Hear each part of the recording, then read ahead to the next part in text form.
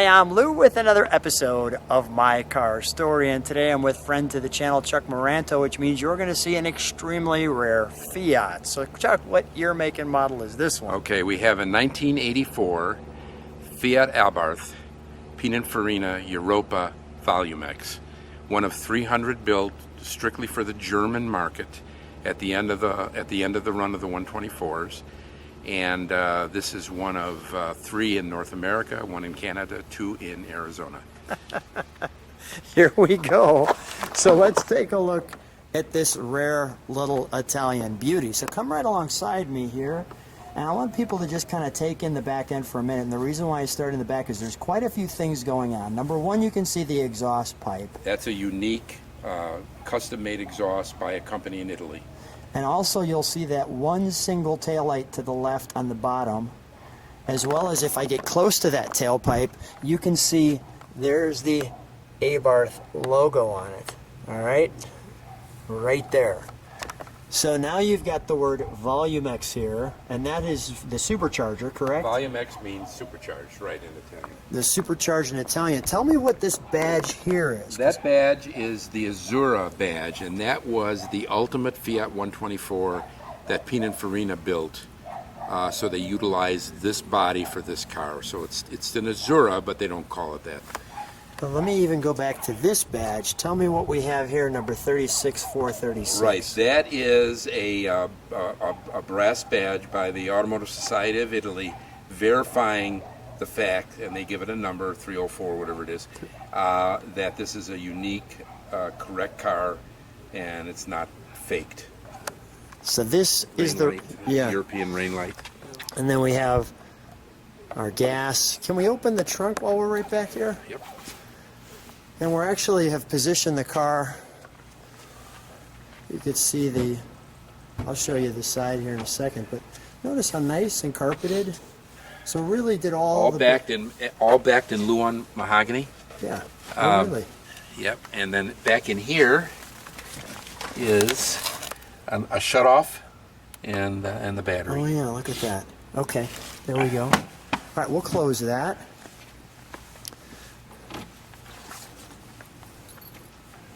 And right now I'm going to show them the side of the car, but I want to take you under the hood because actually the hood opens the opposite way, and you'll see what I'm saying in a second. But the sun will be right in the right spot. So let's talk just for a second, Chuck. Why did you? How long have you had this car? I bought this. I bought the 2 cars that are here in Arizona about 6 or 7 years ago in Italy. And why this one out of all the cars in the world? Well, first of all, there's not very many of them for sale, and I had about 3 or 4 to choose from. This one had been nut and bolt restored, brand new, so I love this car.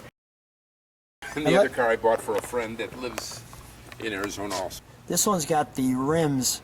This is specific to this These are Abarth rims. They're not Campagnola like a lot of my cars. And they built these rims special for this model. So these rims special just for this model. By Abarth, yeah. By Abarth. And you can see, like, this is unique, how they bolted that into the glass there. You can see that. The Fiat 124 Sport Spider Register. And let's open the hood on this because we'll show the front in a second, but it's in the sun the right way and you'll see what I'm saying.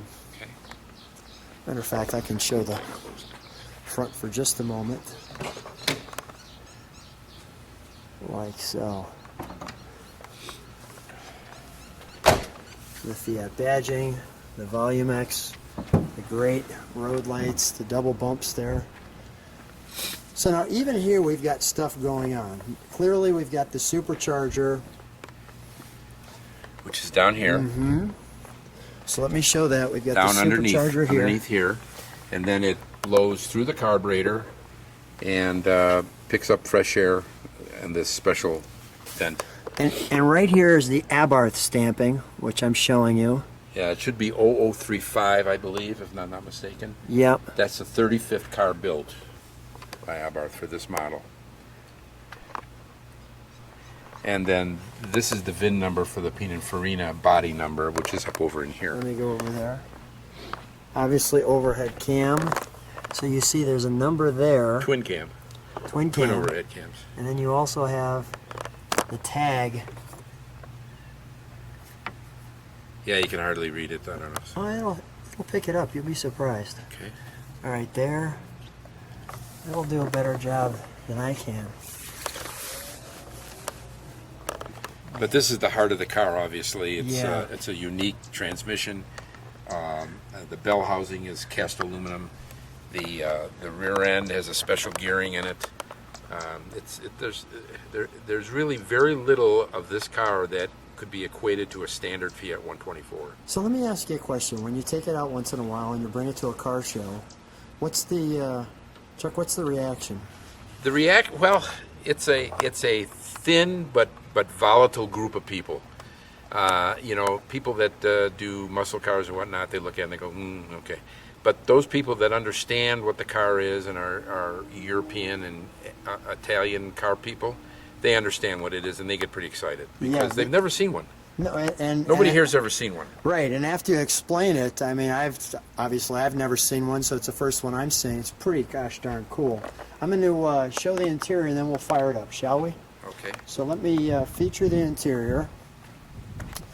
Notice the door handles. May I? Of course. Thank you. Just like that. Pull out. Now, for a Fiat, they've got quite a few nice pieces in it. It is the Azura body, so it has kind of everything that Pininfarina had available to them back in those days. I mean, obviously there were no electric mirrors, so it's all mechanical mirror. You adjust your mirrors like this. Yeah. So I mean, there's only an AM/FM radio. There's no sound system in these things. Right. I mean, you've got the wood grain dash. It's a 40-year-old car, Yeah. You've got the. There's also the clock. gauge there for the supercharger. It measures the amount of boost. That's it right there. Right. You actually have windows up and down right there, so the power windows. You've got a fan. I'll just step back for a second and show this angle. The Abarth steering wheel. We've got the top up because it's actually just a bit cool here today. But there, Abarth. Really, really nice. Your 80s digital clock. I'll feature that. There's your gearing. I mean, it's a pretty Fiat 124s back in the day were known as good, solid two-door roadsters, and they ran well. They weren't they weren't the typical fix it again Tony kind of car. They did have good reliability, and they sold a ton of them over here. Unfortunately, Fiat decided at some point to back out of the American market. We all know that story, and we ended up. We had to go to Europe for these cars. So this was the swan song. Yeah. Let's. I just want to show too that the handle there to open the door. Let's fire it up, shall we? Sure.